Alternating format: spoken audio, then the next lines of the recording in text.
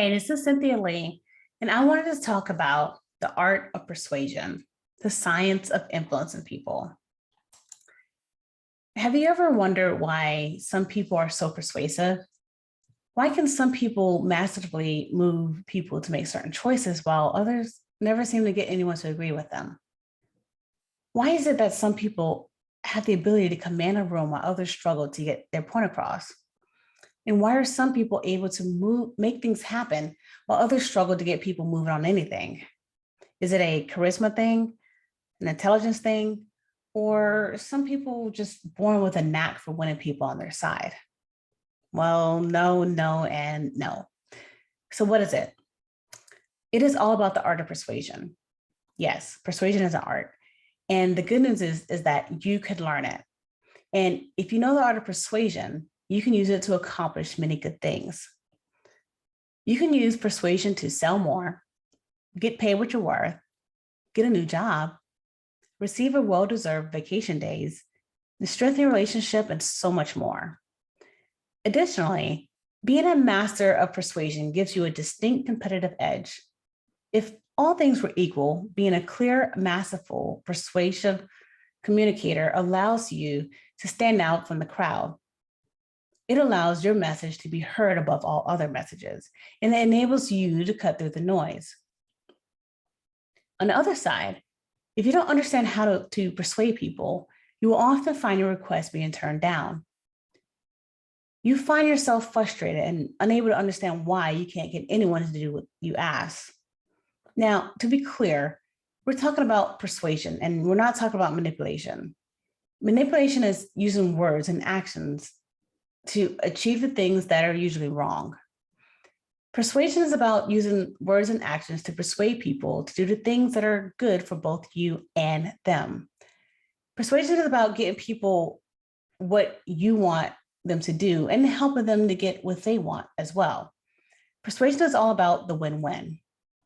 So with that being said, I want to give you 16 ways that you can be more persuasive. And the first one is to focus on them, not you. Ultimately, persuasion is about them, not you. In other words, in order to be persuasive, you absolutely must focus on the other person instead of yourself. You need to focus on their needs, wants, pain points, desires, hopes, and dreams. Persuasion is ultimately about tapping into the desires of others.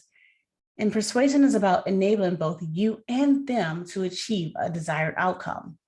Remember, we spend all of our time thinking about ourselves and what we want. We spend hours obsessing over things like our health, love, and financial status. If you want to be persuasive, you have to put yourself in the other person's shoes. You have to see the things through their eyes. What do they want most? What are their deepest desires? What do they fear, love, and dream about? The more you can focus on the other person, the more captivated and easily persuaded they'll be. You can't just immediately start talking about what you want to accomplish. When trying to persuade someone, speak their language, talk directly to their desires, and speak clearly about their pain points. Use the words they use. The more you use words and phrases that resonate with them, the more persuasive you'll be. The second one is to communicate clearly. Know your argument inside and out and be able to communicate so clearly that a seventh grader can understand what you're talking about. If you can't communicate your argument clearly, you won't be able to persuade other people to your point of view. And if your argument is muddled, convoluted, or confusing, then you will have trouble getting anyone to agree with you. The clearer you are about your argument, the greater your odds of persuasion. For example, let's say you're trying to get a new job that you believe you're the perfect fit for based off your skill set. If you can communicate in a clear, persuasive manner with the interviewer, there's a higher probability that you'll get the job. This implies that if you want to be persuasive, you want to prepare ahead of time. So you need to know what you're going to say, how you're going to say it, and how you're going to appropriately respond to the objections of others. The more prepared you are, the more you're able to communicate in a clear, concise, and compelling manner. On the other hand, if you fail to take the time to prepare, you probably won't be very persuasive. And the third one is to start small. Researchers have demonstrated that if you can get people to agree with you on small things, there's a much higher probability that you'll eventually get them to agree with you on larger issues. You can create a mutual agreement around small points. And if you can do that, then you'll have a better chance of generating an agreement around bigger and stickier issues. Instead of going straight for the heart of your argument, start off with statements that you know the other person will agree with. Don't immediately bring up the biggest, most important parts of your argument. Start small. Build up to your main points after you've gotten them to agree with you on the smaller, less significant points. This will allow you to build a foundation of trust and agreement. You also should avoid making controversial statements in the beginning. Even if your controversial statements are important to you, if you don't want to start off, you don't want to start off on the wrong foot. You want to begin with a mutual agreement and a mutual understanding. You want people to be nodding their heads right from the very beginning. The fourth one is to be authentic. Few things turn people off, like a lack of authenticity. No one likes to feel like they're being put on, and no one wants to feel like they're being hoodwinked either. We want to know that someone is telling us the truth and is being real with us. There's a reason that used car salesmen have a bad reputation. They don't seem authentic. They seem like all they care about is getting you to purchase a car. They don't have a real human concern for your well-being. They just want to make their money and send you on their way. And yes, this may be a stereotype, but stereotypes are often based in truth. The simple truth is that we want others to be authentic and to see the real us. And now more than ever, people can smell fake. They can tell when you're not being yourself, when you're putting on a show, and when all you really care about is winning an argument. When people sense a lack of authenticity, it makes it more difficult to persuade them. They simply won't trust what you're telling them, and they won't buy into anything that you're saying. If you want to persuade people, it's important to be your true, authentic self. You need to be the real you and communicate honestly with people. The reality is that authenticity is always more persuasive. The more authentic you are, the more honest you communicate, the more persuasive you'll be. Authenticity always wins the day. The fifth one is use reciprocity. Few things are more persuasive and powerful than reciprocity. The reciprocity principle is the idea that if I do something for you, you feel compelled to do something in return for me. A very simple example is when a waiter puts a mint and a personalized thank you note on your check. This small gesture can make a person feel like they should leave a bigger tip for their waiter. I do something for you, you do something for me. You can use this principle of reciprocity to be a more effective, persuasive person. If you can give something of value, there's a greater chance that they'll feel a sense of obligation to you. They'll feel like they should give you something in return. Even something as simple as a compliment can go a long way in terms of getting someone to come over to your side. There's a reason why persuasion is different than manipulation. With persuasion, you're actually seeking to add value to the person that you're trying to persuade. You're not just trying to get what you want for them and send them on their way. The sixth one is use proper patterns of speech. It turns out that there's actually some science behind the stereotype for fast-talking salesmen. Researchers have demonstrated that in situations where a person will disagree with you, it's better to talk faster. Why? Speaking gives the other person less time to come up with a counter argument. This in turn makes it easier for you to persuade them. To be clear, don't speak so fast that a person has trouble following your argument.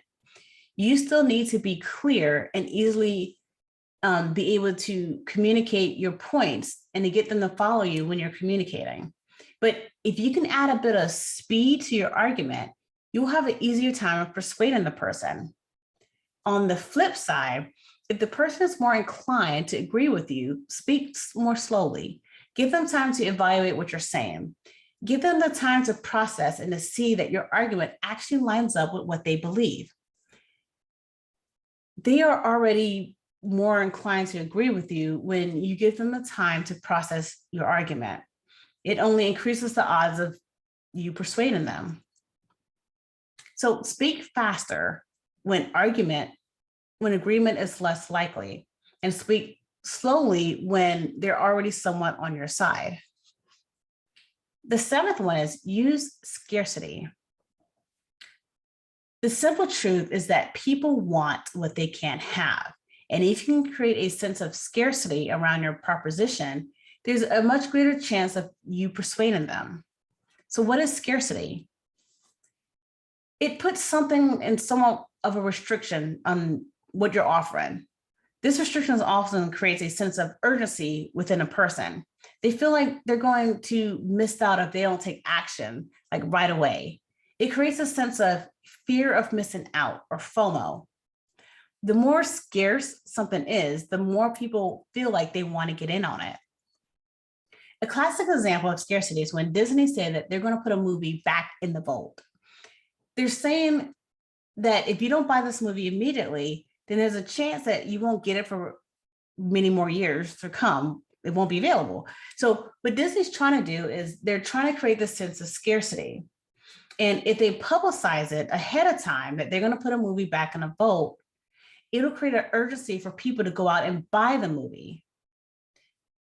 And it worked. People went out and they bought the movie. The results spoke for itself. They were afraid that if they don't buy it now, that they won't have another chance. And the fear of missing out drove many thousands of sales for years to come for many of their products.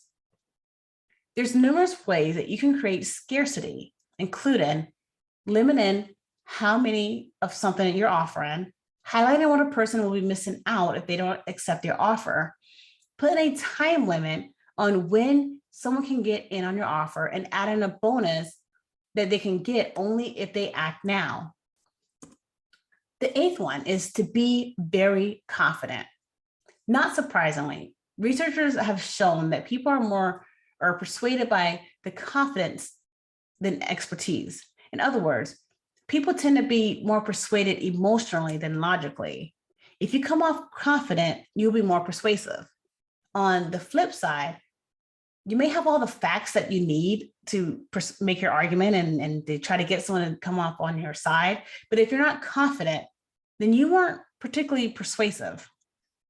The good news for you is that you don't have to be an expert in something in order to be more persuasive. Rather, you simply need to be very confident in your presentation. Be bold when presenting your arguments. Avoid hedging them or qualifying them with phrases like I think or I believe. Don't waffle or go back and forth when presenting your points. Present your argument with 100% confidence. The more confident you are when presenting your argument, the more likely you are to persuade someone. So be bold, enthusiastic, and even if you're not an expert in this particular area, they can see your confidence. The key is that you need to truly believe what you're saying. If you have a strong conviction about a personal or a particular topic, then you can be bold and confident in presenting it. You don't need to have every single fact at your disposal. You simply need to have this conviction regarding the truth in your argument. So be bold, be courageous with your arguments. And even if you don't feel like you're an expert, be confident, bold, and present. The ninth one is paint a vivid picture. When trying to persuade someone, use vivid imagery. Don't simply bombard them with statistics and evidence that your argument is the correct one. Rather, appeal to their emotion. Show them how your argument leads to a better outcome for both of you. Paint a vivid, emotional picture of the outcome. They say a picture is worth 1,000 words. So you can also say that a picture is worth 1,000 persuasion points. The truth is that people are less rational than you think. The more they're more driven by their emotions and their subconscious desires. The more you can appeal to someone on an emotional level, the more persuasive you'll be. For example, let's say you're asking your boss for a pay raise. Paint a picture of how a pay raise will help you to be less stressed about money, which in turn will make you a much more productive employee. Don't simply talk about how you deserve a pay raise because of all the work that you put in. Your boss will be much more convinced if you're able to appeal to him on an emotional level. Your overall goal is essentially to paint a picture of a good life for people. You want to show them how the ultimate outcome of your argument is truly good for them. The more you can paint a vivid picture of a good life for them, the greater chance that you will have of persuading them. The 10th one is always consider how your audience process information. Everybody has different learning styles and everybody processes things differently. Some people make quick gut decisions while other people prefer to think things through. Some people are verbal processors while others prefer to let everything stir internally. So it's essential to understand how they process information. If they need time to digest what you're saying, avoid pressuring them to make a decision immediately. Give them time to think, process, and work through any objections that they may have. Lay out your argument, step back, and let them work through the things in their mind. The more you try to press them to make a decision, the more likely they'll push back and won't agree with you. On the other hand, if someone tends to make snap decisions, you have more freedom to press them for a decision in that moment. You know that they're going to make an emotional decision, so urge them to decide right then and there at the moment. But the key is to know your audience. If you don't know your audience, you don't know the best way to present your information. You may push for a decision when they really need time to think. Or you may wait too long to ask for a decision, and then you miss out on an opportunity to strike when the iron is hot. Know your audience. Knowing how your audience think and how they present, it'll give you a great opportunity to know how you can present your information to them in a manner that aligns with how they think and how they process the information. If you do that, you'll have a much better chance of persuading them. The 11th one is to acknowledge and overcome objections. There's no way around the fact that your audience will have objections. No matter how persuasive you are, no matter how well you know your audience, there will always be objections in one form or another. It's just simple human nature. So don't pretend that your audience is stupid either.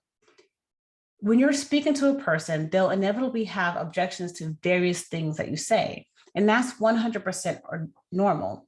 So don't ignore those objections at all. Rather, take advantage of them. Use them to increase your overall persuasiveness. So instead of skirting around a person's objections, speak directly to them. When you speak directly to a person's objections, it adds a more authentic human element to your presentation. It shows them that you understand their objections, that you sympathize with them, and that you want to help them overcome them. The more you're willing to speak about objections within reason, the more you're able to resonate with your audience. When your audience knows that you understand their objections, they're much more likely to be persuaded by them. They feel like you understand their pain points and you have a solution for them. The contrast to this is with someone who simply plows ahead within their argument. You never stop to acknowledge the questions or the challenges a person may have. If you never speak to the objections of your audience, they feel like you don't really understand them, like you don't get them. And they'll be less likely to buy into anything that you're saying. The 12th one is speak in positives. Generally speaking, people don't respond well to negative speech. And if you're speaking about change, it's easily to unintentionally speak in negative terms instead of positive. We can frame things in a negative light rather than highlighting all of the positives in our argument. It's much more persuasive to use positive language than negative. The more positive you are, the more likely you are to win someone over to your side in the argument. For example, if you're saying you'll be less tired, which is a negative statement, say you'll be full of energy. So instead of saying you'll stop being underpaid, say you'll finally be getting paid what you're truly worth. Do you see the difference in how those options are framed? The first option put things in a negative light. They paint a negative picture and portray things as being less bad. The second option frame things in a positive light and portray things as becoming so much better. The simple truth is that positive language tends to be more persuasive than negative scare tactics. Why? It's because people don't like to feel like they're being bullied or guilted into change. No one likes to be persuaded into making a decision. If you paint a positive image and a positive light to things, then it can change how they feel about it. But if you paint things in a very negative light, people feel like you're trying to pressure them. In some ways, this goes back to being able to paint a vivid picture of a good life. So speak in positive and help people envision how wonderful their lives will be when they embrace your solution. Help them to see that not only your solution can eliminate the negative that they're facing, but it can also bring a larger amount of positive things into their lives. The 13th one is to match their body image, match the language, the body language of the person that you're speaking with. When we speak, we don't just use words. We also communicate volumes of information through the body language that we use. In fact, you can say that body language is just as important as the verbal language. One simply yet highly persuasive method of communicating is to mirror the body language of the person that you're speaking with. In other words, try to generally use the same type of body language and voice that the other person is trying to persuade. Obviously, you don't want to exactly mimic the other person. You want to generally mirror back the body language that they're using. So for example, if they're using hand gestures, then use hand gestures yourself. If they sit up straight, try to match their posture. Attempt to match your voice with theirs as well as their speaking speed. This may seem a bit odd, but it's simply a way of building rapport with a person. By mirroring a person's body language, you show that you are actively paying attention to them and you want to communicate with them in a manner that's meaningful. The 14th one is notice what matters most to them. As you speak to a person, listen carefully to what they're saying and take notice of what's most important to them. What words or phrases do they repeatedly use? What subjects come up again and again? Are there certain pain points or struggles that they're regularly speaking about? These are things that you can tell that it's something important to them. It's very important to them to keep saying it over and over and over again. So once you identify the words and phrases a person repeatedly uses, speak to those same words and phrases. Use it back to them in conversations. So for example, if you're speaking with your spouse and they continuously use the phrase or words quality time, use those same words yourself. Talk about how you want to spend more quality time with them. This makes them feel like you understand what they're saying and you're working towards a positive solution that makes the both of you happy. Remember, ultimately, persuasion is about creating a win-win scenario for both you and the person that you're trying to persuade. By speaking the same words back to the person, you show that you're actively listening and that you truly understand what they're trying to say. You demonstrate that you're actually listening and not just wanting to make your own points. This enables you to build a strong rapport with the person, which in turn make you more persuasive. The 15th point is to demonstrate your authority. People tend to respond to authority and expertise. If someone is a proven expert in a field, we're more likely to trust them and trust what they're saying and to be persuaded by their argument. So if you're an expert or have expertise or have authority in a matter, then show it off. No, you're not bragging or boasting. You're simply telling people that you're qualified to speak about a particular subject. You're showing people that you are trustworthy and that they should listen to your arguments. So some ways that you can show off your expertise is to hang a diploma on the wall if you have it. If you want any awards, put it in your bio. If you've been published or featured anywhere, show it off. If you have years of experience in a certain field, let everyone know. When you combine confidence, expertise in this equation, you're going to be more persuasive. So confidence plus expertise equals persuasion. The more you show off and demonstrate your expertise, the more likely you are to persuade someone to your point. The 16th one is to be right. Yes, it is important to be persuasive and frame your message the proper way and focus on the positives and create scarcity. Yes, you should be confident and demonstrate your expertise in a given subject, and you should try to mimic the person's body language and their speech pattern. But ultimately, persuasion goes beyond these things. In the end, you need to be right. Otherwise, you're simply trying to persuade someone to believe something that's fundamentally false. It's much more difficult to be persuaded if you don't truly believe what you're saying. If you know what you're saying and what you're trying to communicate is a lie, it's much more difficult to be confident. You need to be absolutely confident in what you're saying. When you're convinced that your argument is correct, it is so much easier for you to be confident in your presentation, your delivery, and also communicating your facts.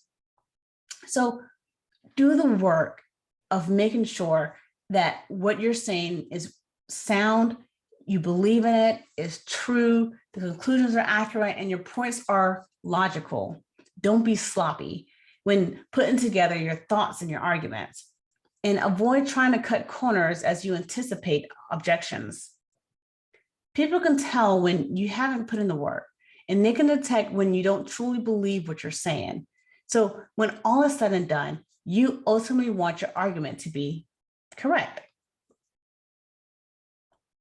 So we have covered a lot of stuff in this little presentation about the power of persuasion. And obviously you don't have to implement all of these things all at once, but each of these principles on its own is very powerful. The more you can stack them on top of each other, the more persuasive you'll be. Persuasion is an incredibly powerful thing. And if you can master the art of persuasion, you have the ability to live a happier, healthier, more fulfilled life. If one of the things you can implement in this whole presentation, trust me, it will help you out a great deal in life. Yes, learning to be more persuasive does take some work. It takes some work to listen carefully and to carefully listen to what a person is saying, to try to understand what they're saying and what they truly want. And it takes work to master your argument and to be able to communicate them. And it takes work to acknowledge and overcome obstacles. But ultimately, it is very worth it. It is worth it to be able to have the skill to persuade people, to get people on your side. And there's very few things that are more powerful than having the ability to persuade people and to get your argument across. So I'm going to give you some next steps that you can take. So you can book a free consultation with me, and then what we can do is we can work on your powers of persuasion. We can work on your confidence. And with this free consultation, it is absolutely free. You can book with me. You can either click the link below, or you can check out my bio, and then from there you can book a free consultation. So don't wait any longer to grow your ability to be able to persuade people. And trust me, having this power of persuasion can absolutely change your entire life. Thank you for joining. Thank you for listening. Thank you for being a part of this presentation. Again, you can contact me if you need help with becoming more persuasive, if you need help with learning the next steps that you can take to build your confidence and to increase your ability to be more persuasive. Okay, thank you.